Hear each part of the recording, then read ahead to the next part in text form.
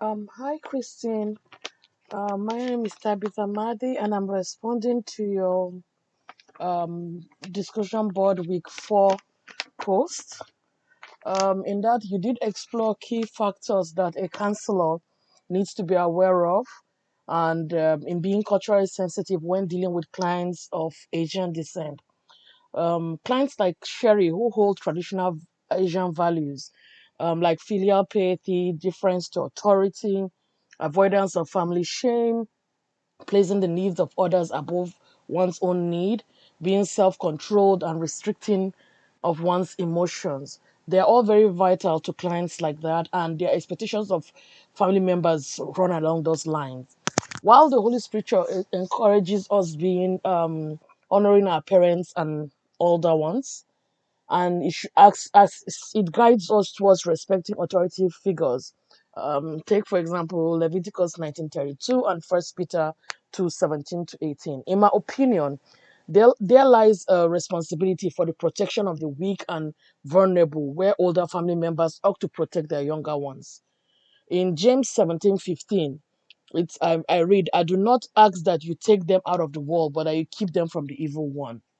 My interpretation and understanding of that is that according to Sherry's expectation, she ought to take care of and protect Annie because she's her family member.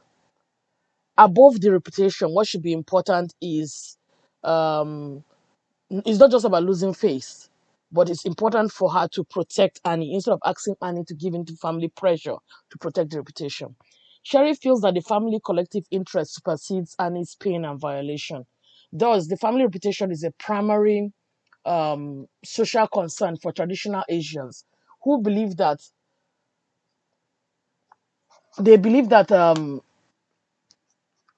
it's important, or the worst that a family, an individual or a younger person can do is to disgrace the family in any way. And actions like trying to call off the wedding seems to be the failure on their part, on the part of Annie, to protect the family reputation.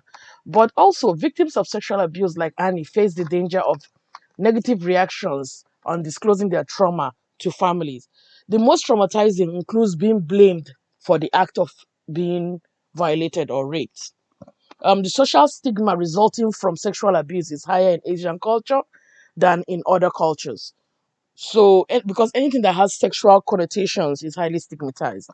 So I agree, but a part of it I agree with Pedersen, in which he says on page 129 that mental health clinicians may need to examine Asian American clients' expectation for therapy openly and address them in the beginning of treatment as one way to prevent the premature termination that can result from different expectations. um, in dealing with Sherry, one has to be very straightforward and have a solid course of action, making her realize that she needs to empathize with Annie, who is her family member, and the trauma Annie is going through is something that they should. I mean, I think there's a positive side to this. Since the Asians are all about family honor, a rape of their family member is a disgrace to the family. So that a reaction should be faced upon the rapist or the abuser rather than the victim.